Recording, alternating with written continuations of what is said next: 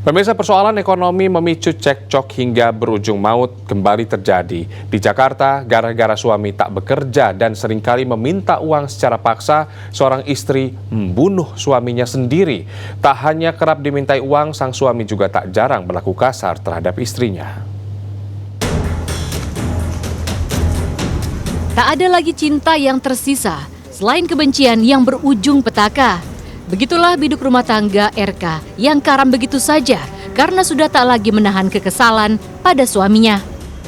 Kerap diperlakukan kasar, RK, wanita 35 tahun ini digelandang aparat Polsek Mampang Perapatan, Jakarta Selatan karena menikam suaminya hingga tewas. Diduga emosi pelaku meledak karena sebagai istri nasibnya bisa dibilang kurang mujur. Menjadi tulang punggung keluarga, suaminya justru tidak bekerja. Memiliki pendapatan pas-pasan, di rumah tidak mendapat perlakuan baik dari korban. Tetangga menyebut korban kerap kali berlaku kasar pada tersangka, meminta uang secara paksa, tak peduli kondisi keuangan sedang merana. Hingga hari naas itu tiba, RK menikam suaminya di tempat tinggal keduanya, sebuah rumah kontrakan di Jalan Bangka, Mampang Perapatan, Jakarta Selatan.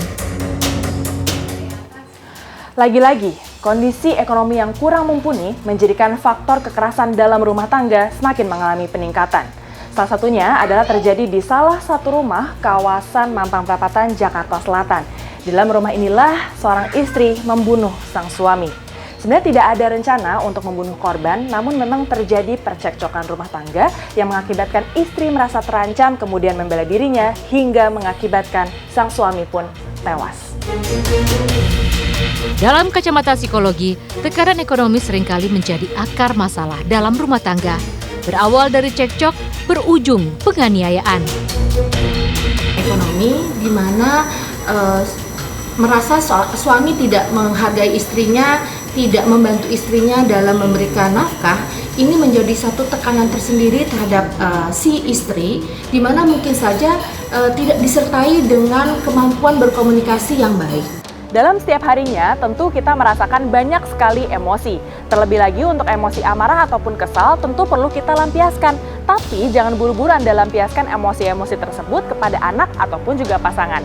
Tips berikut bisa membantu Anda untuk bisa melampiaskan amarah ataupun juga kesal tanpa perlu menyakiti orang lain. Berteriaklah sekeras mungkin, sekencang mungkin, dan sekuat tenaga hingga seluruh energi keluar dan juga Anda merasa lebih lega. Cari tempat yang tenang, kemudian atur pernafasan Anda agar Anda pun juga bisa lebih rileks.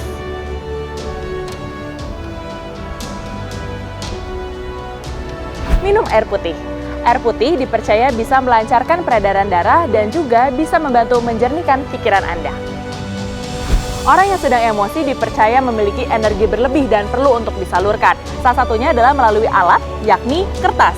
Kertas ini bisa diremas, sehingga kita yang sedang emosi bisa melampiaskan emosi tanpa perlu menyakiti orang lain dan diri sendiri. Media penyalur emosi lainnya yang bisa Anda gunakan adalah bantal. Bantal ini bisa Anda pukul-pukul, banting, tendang, dan lain sebagainya sesuka Anda. Tapi ingat ya, jangan sampai nyakitin orang lain.